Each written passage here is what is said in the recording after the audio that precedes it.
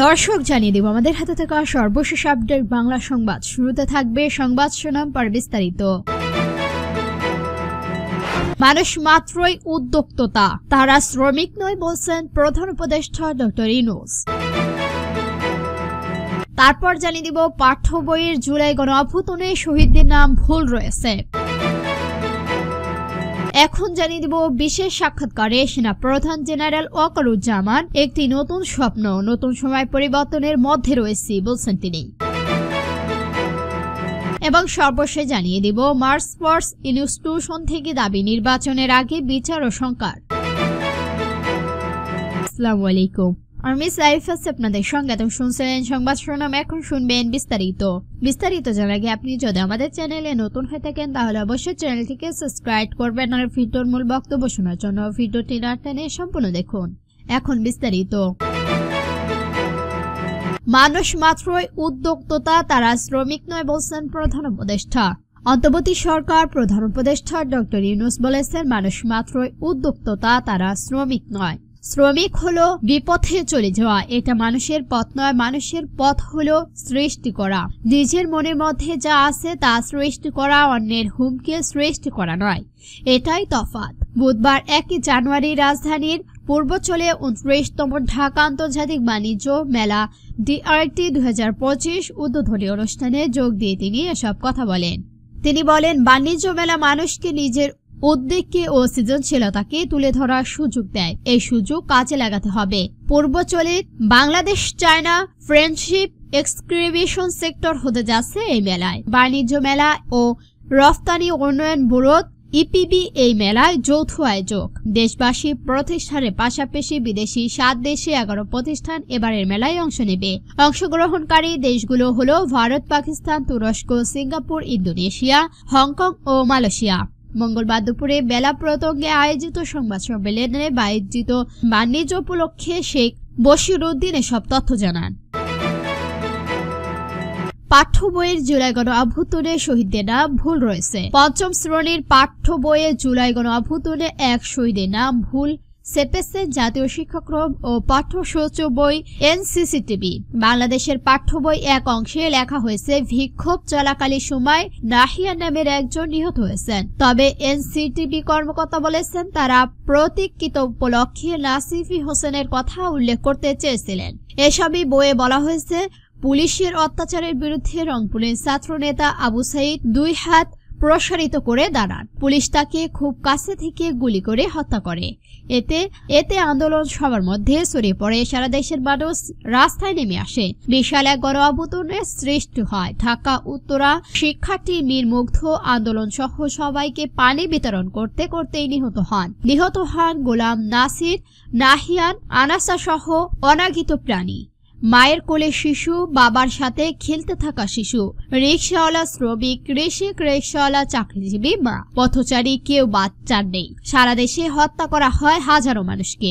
বইয়ের উল্লেখিত 3 শহীদ নাসির, নাহিয়ান ও আনাসের বিস্তারিত তথ্য জানতে চাইলে পাঠ্যবস্ত্র বোর্ডের সূত্র জানান তারা শহীদদের মধ্যে একজন নারীর নাম যুক্ত করতে চেয়েছিলেন। সেক্ষেত্রে তারা টঙ্গীর শাহাসুদ্দিন সরকার উচ্চ মাধ্যমিক স্কুলের HSC পরীক্ষার্থী নাফিসার নাম অন্তর্ভুক্তির সিদ্ধান্ত উপনীত হয়। সাভারের বিক্ষোভ চলাকালীন সময় আইন প্রয়োগকারী সংগঠন সদস্যদের গুলিতে নিহত হন নাফিসা। ওই সূত্রে জানা যায়, আমি নাথিয়ান নামের কাউকে অভ্যুত্থান করার সিদ্ধান্ত নিইনি।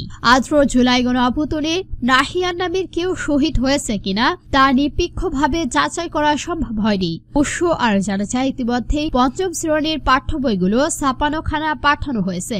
এই বিষয়ে NCCTB চেয়ারম্যান অধ্যাপক AKM রিজাউল হাসানের সঙ্গে যোগাযোগ করা হলে তিনি স্বীকৃতি করেন তার একটি ভুল চিহ্নিত করেছেন।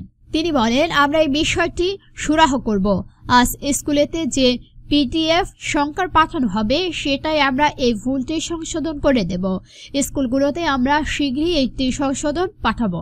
দশম শ্রেণীর ছাত্র আনাস 5 আগস্ট ঢাকার চাঙ্কাপুরের কাছে বিক্ষোভে অংশ নিতে যেয়ে নিহত হন। বিক্ষোভে যাওয়ার আগে সে তার মায়ের কাছে একটি চিঠি লিখে যায়। চিঠিতে সে লিখেছিলেন, মা, আমি মিছিলে যাচ্ছি, আমি নিজেকে আর আটকে রাখতে পারলাম না, একদিন তো মরতেই হবে, তাই মৃত্যুর ভয় করে স্বার্থপরের মতো ঘরে বসে না থেকে সংগ্রামে নেমে গুলি খেয়ে বীরের মতো মৃত্যু অধীর শ্রম। এই অধ্যায়ে নূর হোসেন, ডক্টর শামসুল আল খান, মিলন ও নাসির উদ্দিন জোহরদের নিয়ে আলাদা আলাদা অংশ রয়েছে। তারা সবাই স্বৈরাচার শামসির শাসক হুঁশিয়ারি মোহাম্মদ এরশাদের বিরুদ্ধে বিক্ষোভে নিহত হয়েছিলেন। এই অধ্যায়ে আবু সাইদ মুগ্ধ, তিতুবি, প্রীতিলতা, আসাদ, মতিউর, নূর হোসেন, ডক্টর মিলন ও জোহেদ হাতে আঁকা চিত্র সংযোগ করা হয়েছে।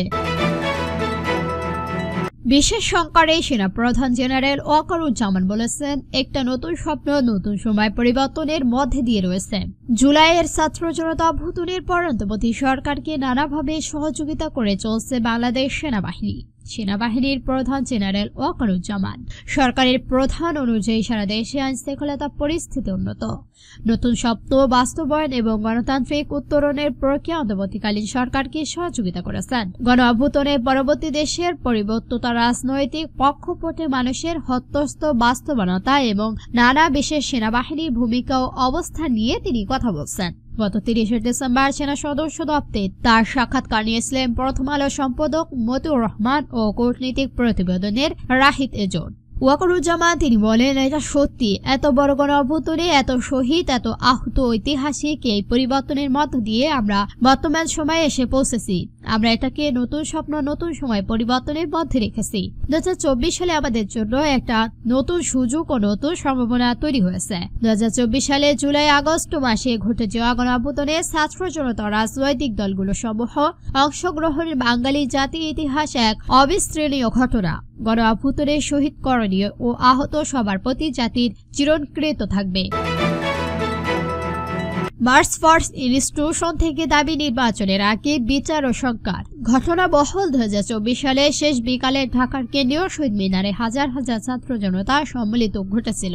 বিপুল এই সংগ্রামে মুহূর্তে স্লোগান ওঠে, শহীদ মিনার এলাকায় কখনো উত্তোলন হয়, এই মুহূর্ত দরকার বিচার আর সংস্কার। এই স্লোগানে কখনো স্লোগান ওঠে, জুলাইয়ের প্রণোদিত হবে ঘোষণায়। বৈষম্যবিরোধী ছাত্র আন্দোলন ও জাতীয় নাগরিক কমিটি এই আহ্বান বা কর্মসূচি ঘিরে সারা দেশ থেকে আসা মানুষকে ঢল নামে শহীদ মিনার এলাকায়।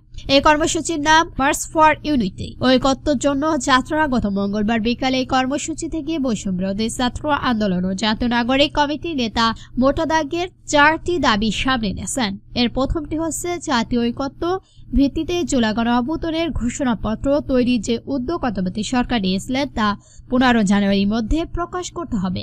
দ্বিতীয় দাবি হল শেখ হাসিনাকে দেশে ফিরিয়ে এনে বিচারিক করা। তৃতীয় দাবি বিচারিক প্রক্রিয়া আওয়ামী লীগকে নিষিদ্ধ করা। চতুর্থ দাবি সরকারের পর নির্বাচন করা। দর্শক, আজকের বাংলা সংবাদ এই পর্যন্ত। ভিডিওটি ভালো লাগলে অবশ্যই একটি লাইক দেবেন আর নতুন নতুন নিউজ পেতে আমাদের চ্যানেলটিকে সাবস্ক্রাইব করে আমাদের সঙ্গেই থাকবেন। ভিডিওটি সম্পূর্ণ দেখার জন্য ধন্যবাদ।